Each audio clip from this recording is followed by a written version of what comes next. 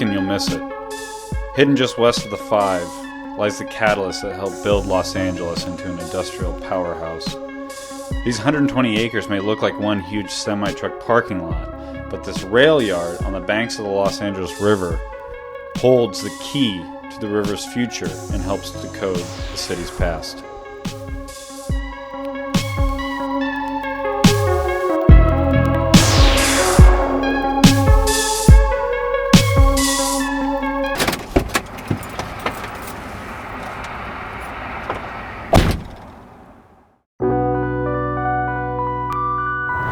In the late 19th century, all of this were Southern Pacific stockyards, so cattle, various other animals. But Southern Pacific quickly outgrew the river station, Los Angeles State Historic Park, right over here, right up the river. So they expanded out to this area, building all their machine shops for the Southern Pacific. They built train cars here, they fixed steam locomotives. It was just called Los Angeles General Shops. The Los Angeles General Shops was a place where around 2,000 people were employed. Just a mix of Japanese, Mexican, German, Irish, Italian people came to work here at Los Angeles General Shops, or shops as they called it. They worked here, they lived in Lincoln Heights. Before this place opened, Lincoln Heights really was a very small backwater town. December 1944, the Union Pacific built their last steam locomotive. Right at that point, we have all these diesel engines coming in, and those diesel engines run way more efficiently and require far less upkeep than the traditional steam locomotives. And the steam locomotives were serviced here, they were built here, they were fixed here, they were maintained here. Once diesel engines come in, they don't need any of that. So they knocked down all of the shops, all the factories where they were maintained, laid down track, and this really became like a parcel staging area. It's called a piggyback yard because they have front end loaders that literally take what we see on 18-wheeler, those trailers, and set them on a flatbed locomotive train.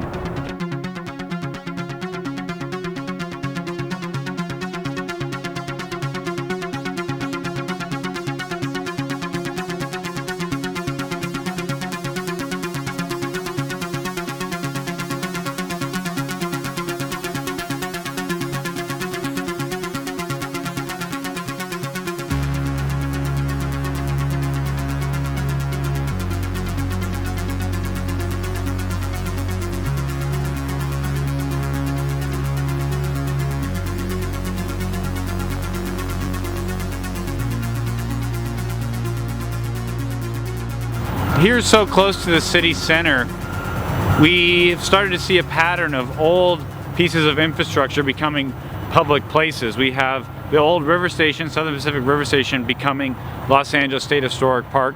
We have the old Taylor Yard, about a mile up from there, becoming Rio de Los Angeles State Park.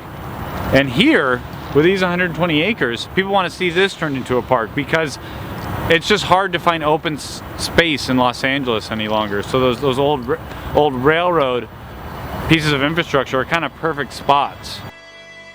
Looking towards the future of the Piggyback Yard, or as some people call it, the Los Angeles Transfer Container Facility. I mean, this is the largest single-owned property adjacent to the river. And Friends of the Los Angeles River, the nonprofit organization, saw this space as the keystone, as the foundation for this $1 billion revitalization plan of 11 miles of the LA River, that through those 11 miles, this 120-acre park will be the crown jewel, will be the centerpiece from which everything else is built out from.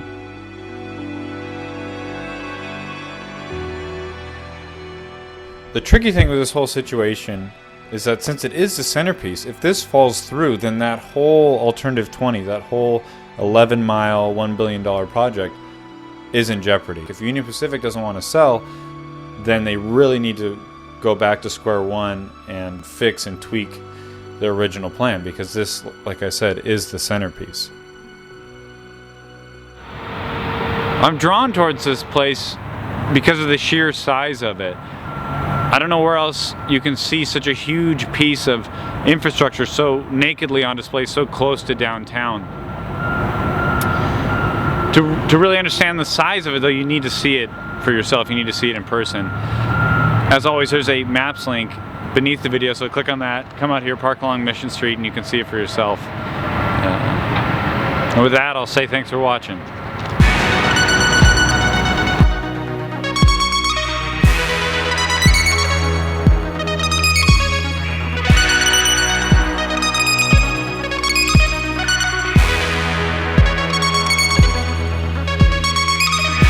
Everybody's got a secret to hide.